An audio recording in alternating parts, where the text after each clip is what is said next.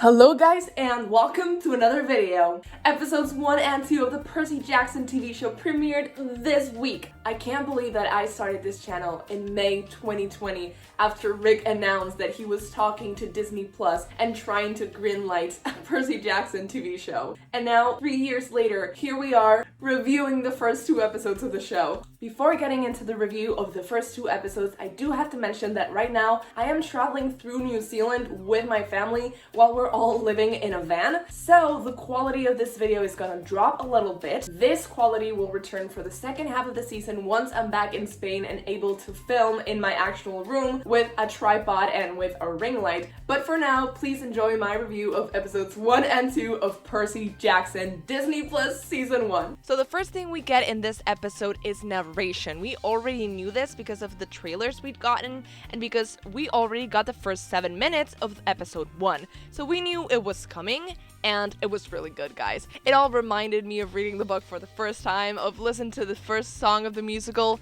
It's great, it's iconic. I didn't know if they were going to continue it throughout the episode, and they really didn't. It was just for like the exposition of the first half of episode 1. But we'll see if we get more narration as the show goes on. Let me know down below if you think the narration is going to stay, or if it's just a thing that they did specially for the first episode for season 1. We get a little bit of insight into Percy's childhood, and then we go into the Met, where like the plot really takes off. One thing that I'm pretty sure they added to the show and that they changed from the books is that Percy and Grover both like, enjoy, and play mythomagic together. It's something that they added that was really fun and exciting to see, but it does change a couple of things because they called it training for Percy, and it makes sense for them to have been training him, but he wasn't trained at all in the books, which is why he's always so clueless, the poor guy. So this means that now Percy can't just look dumb and cute and stupid every time someone mentions someone's name, because with mythomagic he has more probability of knowing who this creature or who this god might be. He definitely knew who the Minotaur was. Let me know down in the comments if mythomagic was a thing in book 1 and if Percy played it, because it makes sense, but at the same time I think the first mention of it was with Nico D'Angelo, and there is a D'Angelo cameo in this episode, so stay tuned for that later. After we get the exposition of Percy's childhood and his life at Yancey Academy with Grover as his friend and with Nancy as his bully, we get to the Met, where we get the scene with the Fury, aka Mrs. Dodds. Now I think this might be the most controversial scene that we've gotten so far because of how it was shot and because how it was written. Basically, in the books, Percy is attacked inside the Met, and he uses Riptide for the first time. After the attack, everyone forgets who Mrs. Dodds is, and he gets gaslit by Grover and Mr. Brunner, who's called Mr. Brunner, not Mr. Brunner, like he is here. He's gaslit into believing that there was never a Mrs. Dodds. And the thing is that makes it so hard in the books is that goes on for like a month until he's expelled. Here, it happens in like a day. Percy is out by the fountain after throwing Nancy into it with his like telekinetic water powers, water kinesis. So after doing that, Mrs. Dodds approaches him while she's transforming into her Fury form, and nobody even looks. I feel like some people should have given her weird looks, not because they knew and they saw that she was a Fury, but because the mist changes what you see, but it's still should be something weird to a mortal, right? So instead of a Fury, maybe they saw like someone in a very weird Halloween costume right in the middle of the street. The Fury basically lands on top of Percy, and Percy, who has Riptide because Mr. Brunner gave it to him to fill out a report, he somehow uncaps the pen by instinct, I guess, and it turns into Riptide, and it basically impales her, turning her into golden dust. I feel like this scene was a bit anticlimactic. Like, if you didn't read the book, it all happened so fast and nobody reacted to it, and the fact that nobody talked about it. If I hadn't read the book, I almost feel like maybe I would have thought that Percy was daydreaming and that it didn't actually happen. So I feel like it wasn't that well established that that was what was actually happening, and then people were brainwashed to think otherwise. So it could have been shot better. It was probably the most underwhelming scene in the series for me so far, episodes 1 and 2. And I feel like kind of sets a trend for the rest of the series or for episodes 1 and 2. The action is a bit hard to follow. I don't know if it's a deal with the editing or with the writing, but it feels a little bit lackluster. The action is definitely a highlight from the books, so here it just feels like a little bit meh. I think it'll probably get better by the end, but at the beginning it kinda it's not the best. And after this, we get my and my brother's biggest gap of the first episode, and that's when they are at the office and Grover freaking betrays Percy. So Grover starts speaking and Percy's like, oh my god, Grover is standing up for me. That's never happened before. But oh my god, did the poor guy have a big storm coming, because Grover opens his mouth to say that actually Percy is lying about what happened. He did push Nancy, and that before he was talking about shoving Nancy into a dumpster. The betrayal. I could not believe my eyes. I could not believe my ears. I was about to get angry at him, but I knew deep down in my little heart that he was probably acting. I don't know why. I didn't know his reasoning, but I knew that that boy must have had a good reason, because Grover is essentially a very good friend, so he couldn't do that to him or to us. But yeah, that was a really loud gasp. And speaking of loud gasps, we knew that Rick Riordan was going to cameo somewhere in the show. He said it was a blink and you'll miss it kind of things, that only eagle-eyed watchers would catch it. Dude, you had to be blind not to see it, or my brother, who doesn't know Rick Riordan's face half as well as I do, because yeah, I've got issues. I report about this series all the time, so I'm very, very familiar with his face at this point. So yeah, when we were at the principal's office with the principal in the middle and with someone sitting in a chair without saying anything, I was like, who's that guy? Oh, it's Rick Riordan. After that, Percy is very rightfully mad at Grover for having gotten him expelled, which is worse than dead. But he has to go back to the city, to his apartment in Manhattan, where of course we meet Ugly Gabe, who for all intents and purposes in the show is just called Gabe. And it's very weird. I've seen people complain about his character, like, yeah, he's a jerk, but he's not as bad as Gabe from the book is, or as Gabe from the show was, or as Gabe from the movie was, because literally Gabe from the movie tried to fight Percy. Like physically, fisticuffs. Yeah, he's a little bit more chill than he is in the other two adaptations of this, or in the other two depictions that we have of Gabe. I understand with Gabe's profile, it makes sense to have him be unemployed if you want to show that he doesn't do anything, he doesn't provide anything for them, that he's a lowlife who doesn't even, have his own life. I get it. It makes sense with his profile.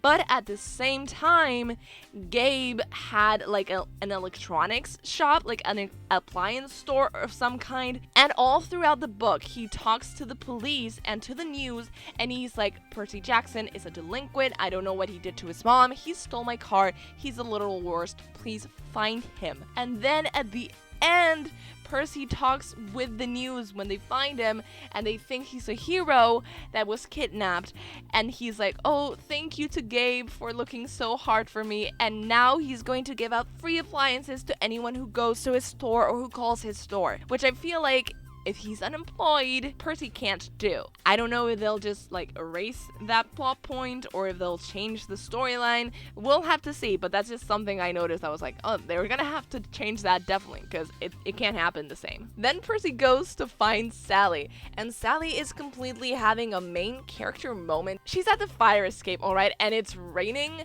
and Olivia Rodrigo is playing in the background. We have Logical playing. I think the only song that plays throughout the whole show so far, the only song with lyrics that plays, it's Olivia Rodrigo Logical song playing, and Sally's just like standing there in the rain getting completely drenched, and I don't know what that was about. I don't know what it was trying to tell us, but I did not like it too much. And let me tell you, I'm a huge Olivia Rodrigo fan.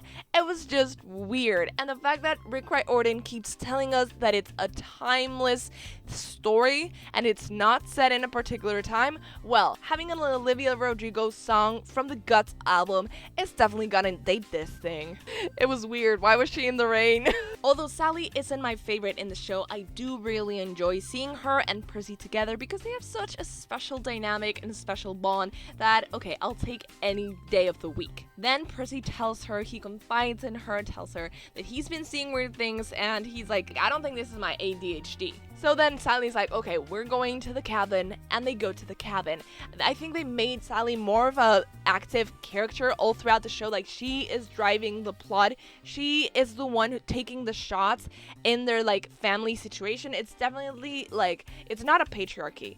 Sally is the only one that brings home the bread. She was like, okay, I am going to do this, and this. You're going to stay here. So she definitely calls the shots in that family. So they get to the cabin, and Sally finally decides that after 12 years of keeping Percy in the dark, she's gonna have to finally explain about his dad and about him being a god. And the fact that Percy was like, God? Like Jesus? That was great. I loved it. And obviously, Sally explains and very clearly and on purpose, I might add, leaves out the fact that his dad is Poseidon. Like, she could have said Poseidon, the sea god, anything, but no, she's like, he's a god, a Greek god. And then we get the scene where Grover gets to the cabin and he's like, okay, the important thing is not to panic. You didn't tell him? Oh my god, why is there have a donkey in your pants? Have a goat, goddammit, have a goat. So we all know what happens after that. They go to the car, and then Sally keeps explaining a little bit about Percy's background. Grover keeps like adding little things on, and then we get the Minotaur attack, which for some reason, I don't know if I just really missed this in the book, like it went over my head, or I just forgot it, but the Minotaur was wearing underpants. It's so random that it's probably true in the books, but just seeing it took it to another level. I was like, what the hell am I seeing? So we rush to camp, and then Sally saves the day after the car flips. They did a really cool thing here, like giving us exposition without it being forced, because Sally asks Grover to confirm if the Minotaur can smell Percy and if that's how it's tracking him. So that was cool because now we know that monsters smell demigods, and that's how they keep constantly finding them. I think they're gonna expand on that later probably. It was good because some of the exposition has felt a little bit more heavy-handed than that one-off comment. Guys, I'm sweating. I might actually die in here. The van life is hard. And I gotta say, the Minotaur scene after Sally dies after like 5 seconds is not my favorite scene, but it's not necessarily bad.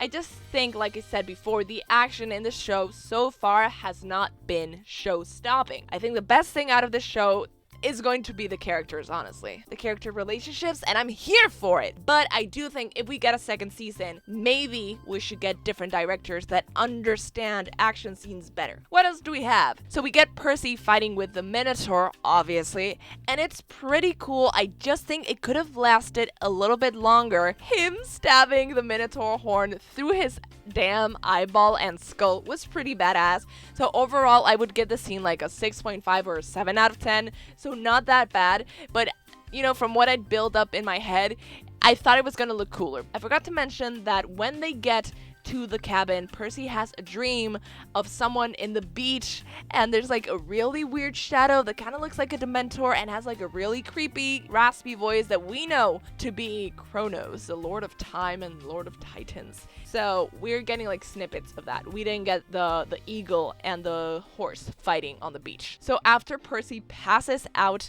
he gets the wildest dream, weirdest dream. What was the song called? And we end the episode with a blurry Annabeth saying he's the one he has to be. And then Chiron telling a passed out Percy, welcome to Camp Half-Blood. I thought we were going to end this episode differently, but I think in my predictions video, I kind of got everything right, so I'm pretty pleased with myself. Overall, it was a great episode, very family friendly while not shying away from heavy emotional scenes. Oh my god, yes, that's exactly what I think. Good. It also ended with a cool outro. I thought it was really awesome that they added that because not many shows have outros, so it basically had different pictures of the Greek gods and different moments from the book that we're going to get later on. It was a very cool art style, so I'm very glad that they added that. For some reason, Poseidon is a redhead with really long hair, so I'm hoping we get to see that. Also, we got a preview for what the next episode was going to cover, and I wanted that to be the same for every episode because it leaves us wanting more, but then the second one didn't have a preview, and now I'm just confused because if they knew they were releasing the first 2 episodes together, the logical thing would be for the second one to have the preview, since we're going to have to wait a week for more content, not the first one to have a preview, since we can just click on watch next episode and watch the actual episode. So I'm confused. Let's move on to the review of episode number 2, my favorite episode so far, because oh my god, you guys, once Annabeth appeared in Percy's blurry vision, I was like hitting my brother like this, like, oh my god, we're getting Annabeth! Yes! I'm okay, I'm a chill fan. A chill fan who's had an account about Percy Jackson for 3 years, ever since Rick Riordan announced he was making the show with Disney+. A chill fan. Yeah. That's the definition of a chill fan right there, people. So, episode 2 starts with Percy in the infirmary, and we get the scene, people. We get the scene. I was literally I think I punched my brother by accident, like, in the face, because I was slapping him so hard, knowing what was coming. And Annabeth shows up, and she says, "You drool when you sleep," in the most deadpan way possible, and it was great, especially because we almost got no Annabeth for the next 30 minutes, so we literally had to enjoy the little crumbs that we had. Then we get a Grover and Percy interaction, and let's remember that Grover betrayed Percy before, and that now Percy's mom is dead, not because of Grover, that's not what Percy thinks, but Percy is still like very emotional at this point, so he's not ready to deal with Grover yet. And I feel like he's more mad at Grover than he is in the books, but I feel like that's also justified. And I also think his feelings are a bit more validated in the show. Like, Grover feels his sadness and his pain, and we can see from Grover's point of view, which also helps, because in the book, Mr. Brunner kind of like, get over your mother being dead. So he's definitely not very sensitive towards that thing happening. And then we get Mr. D, and we get that scene that we got last week of Mr. D and Percy meeting for the first time. I have to say, Mr. D is not that book accurate. He's like 75%, still love him so far. He's just less scary. He doesn't read like a god that could turn me crazy at any time. And how do I know this? It's because Grover is not afraid of him. Grover isn't afraid of him, so why should we? But we did get a really funny scene of him and Percy, of him being like, I can help you find your father. And that's where he cut off on the trailer that we got, but I knew that he wasn't gonna be helpful. And I was right, because right after that, we get to see the whole scene in the show, and he's like, I'm your father. And Percy's like, it was really funny. So props to that. That's a scene that they added that I think like really adds to the show. It was very humorous, and I'm glad that they showed it. And then we get Mr. Brunner, not Brunner, Brunner, giving Percy like a little tour of Camp Half-Blood. We get to see the strawberry fields and some satyrs and some campers picking the strawberries. And then we get to the Hermes cabin, and he claps and he makes everyone listen. He's like, this is Percy Jackson, the new camper. And Percy's so embarrassed. It's so cute. And of course, we do not get the Stoll brothers. I don't know what we're not getting them. At this point, I feel like we might just not get them at all. And I'm surprised, because I feel like they could name drop them or just have them in the background and it not be like a big of a deal. They just don't want the Stoll brothers, which makes me think, are we not getting a lot of side characters in this? Are we maybe combining several side characters into one character? What's going on? Rick, please explain. But at the same time, Luke introduces himself to Percy. We get like a cute introduction where you think like, oh, this guy is going to become Percy's friend. He's going to become like his role model, an older brother kind of type. And Luke brings a friend with him who so far is nameless. I have a theory that probably is not correct, but I still have a theory. And that is that guy is going to be Ethan Nakamura. And like the only time they're going to mention his name is going to be like Ethan blah blah blah, and you're going to be like, oh my god, that's Ethan.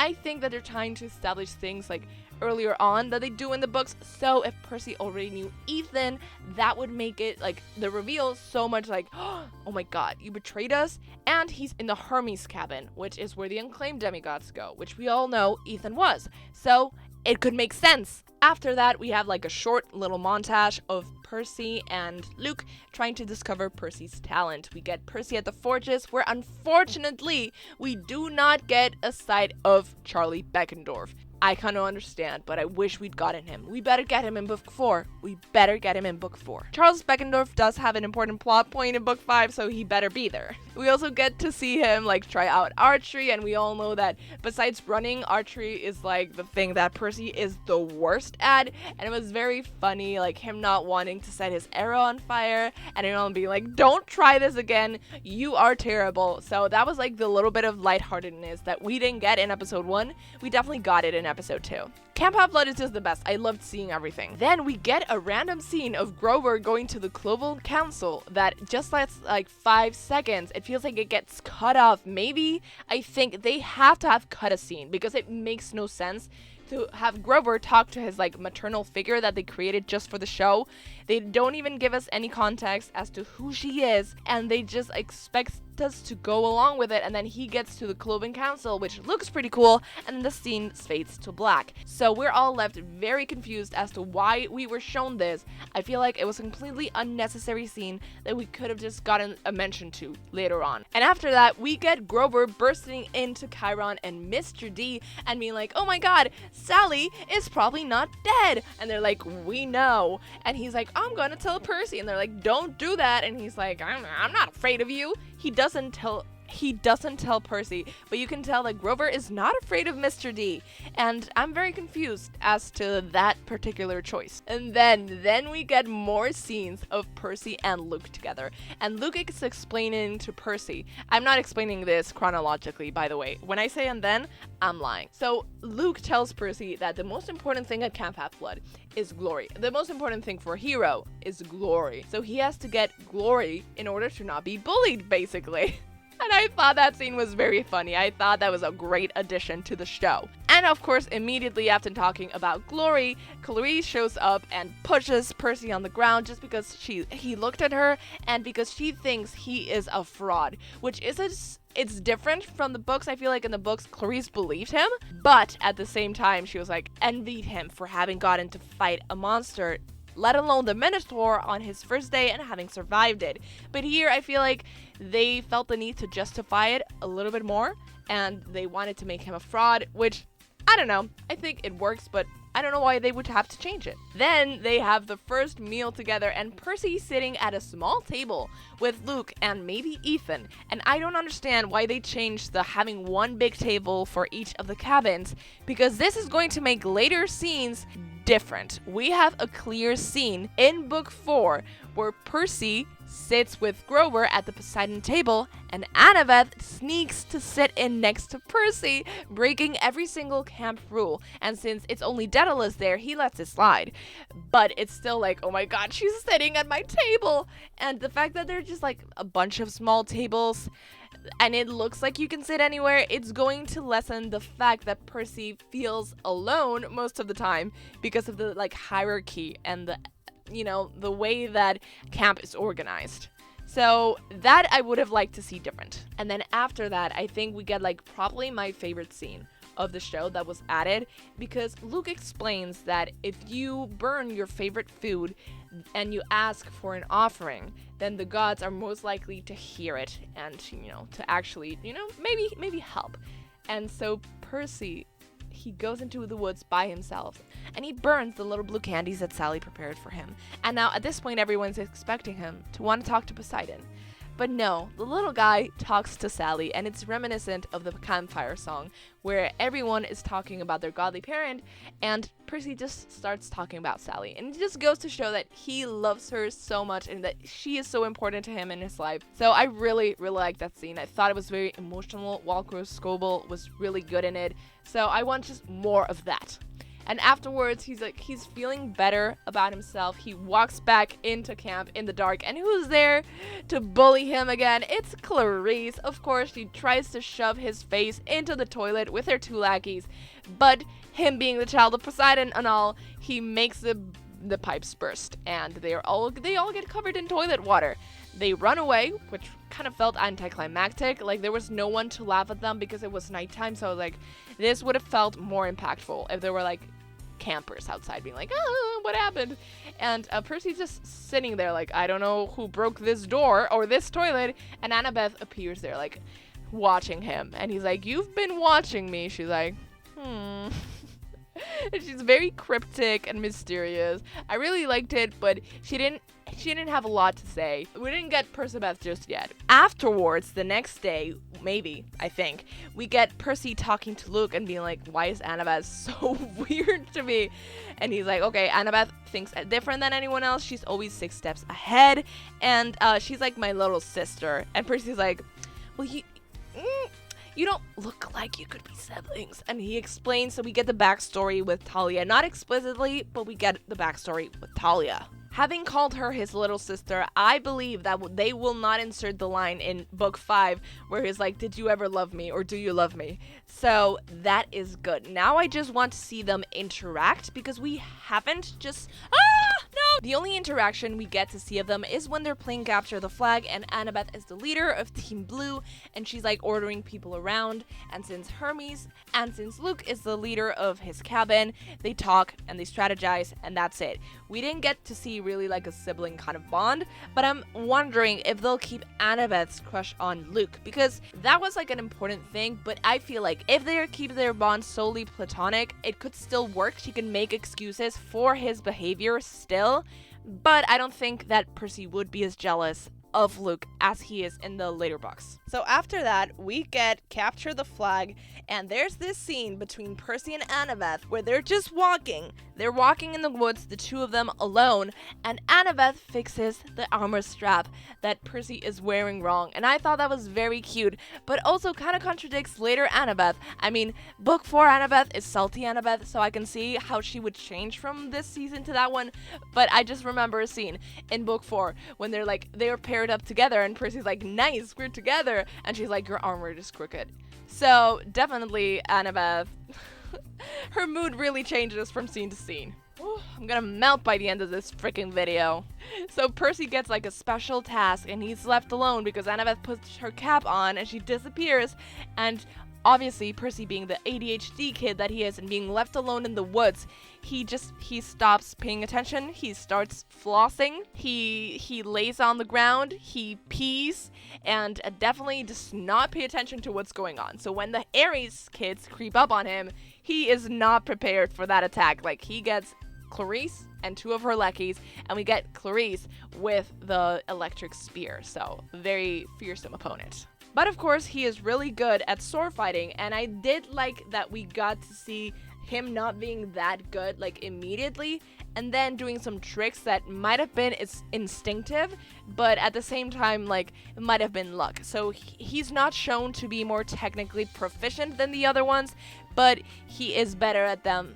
He is better than them at that moment. At the end, he breaks Clarice's spear by accident after having been cut by them several times.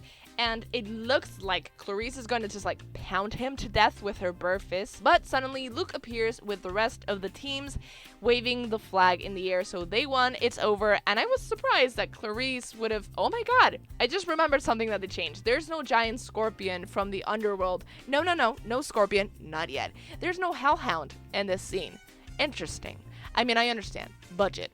And not enough time. But yeah, after that, Annabeth shows up again and Percy's like, oh my god. Were you watching the whole time? And just when I thought he was going to be like, did you watch me pee in the woods? No, he's just like, and you didn't help me? Which obviously Percy does have his priorities in order. I would not. And then Annabeth is like, I'll help you get up from the ground. And Percy's like, okay, maybe this is a show of good faith. And when he stands up, Annabeth, she kind of looks remorseful as she says this, but she's like, I'm sorry. And she pushes him into the water. And Percy's like, what's your problem? The poor guy is so confused. Like, you don't look like a bully like Clarice does, so why are you doing this to me? But then he starts to notice that he is healing. Like, the little cuts that he had from Capture the Flag, they're gone. And what appears over his head but a blue gigantic full-scale trident. Then we get Percy walking into his cabin and feeling very alone. And we get Mr. D and Chiron talking to Percy, telling him that the lightning bolt has been stolen and someone needs to get it back because, well, someone needs to do something because people think it was Percy. And Percy's like, what the hell? I'm not gonna do that. And they're like, yeah, you're gonna do that. And he's like, no, I'm not gonna do that. And then and then Grover shows up and he's like, well, your mom is alive. And Mr. D started shouting to get Grover to not say that, which I felt was very ungodlike. I thought we were gonna get some cool effect, like purple mist coming out of him or something, or like grapevines, something threatening. And we definitely did not get that. So I was very confused as to why they chose to make a god have to shout at a 24-year-old satyr, which is basically a baby. That is why I love Mr. D, but at the same time I'm like, you don't frighten anyone. You're very funny, okay? Very funny. I applaud you. But you're not frightening. I don't believe you could smite me. Smite me. Come on, do it. I don't think he has a nerve. So I think they have to change that. And obviously, Percy jumps at the opportunity of going to save his mom, because that's Percy for ya, and the episode ends. Honestly, I thought this was going to end with us getting the prophecy, but there are short episodes. It was like 38 minutes. So we didn't really have time if we wanted to get to know Camp Half-Blood. We didn't even get time for Luke to give sword lessons to Percy. So I don't know if that's going to happen. Maybe we'll get Percy having sword lessons after being in the Poseidon cabin by himself, but I don't know. I also thought that we were going to end with Annabeth taking her cap off and being like, I will be your third. It didn't happen, but I'm pretty sure we're going to pick up maybe from that exact moment in the third episode, and Annabeth is going to do that. Or at least that's what I want to see. Basically from this episode, what I got is that I want Annabeth and Luke to interact more. I want to see their bond, and I want to understand what kind of bond it is. I also want to see more Annabeth and Clarice interactions. I think that we should get at least one scene of them talking, because they are daughters of war gods. One of wisdom and one just purely of literally war. And from the beads that we have, they have both been there for 5 years. And we know that Clarice also does not leave camp. So they could have very similar stories. I want to see them interact. Give that to me. And that's basically everything I have to say for now. I don't know if you could tell by the way that I was saying this, but I was grinning the whole way through the first 2 episodes. Like, I could not get that smile out of my face. There were some things that it did not like as much, some choices, maybe the pacing or the way that it was filmed. I think that was maybe a bit weird or not the right choice. They do have different directors for different episodes, so we will have to see. I imagine the first 2 were directed by the same person.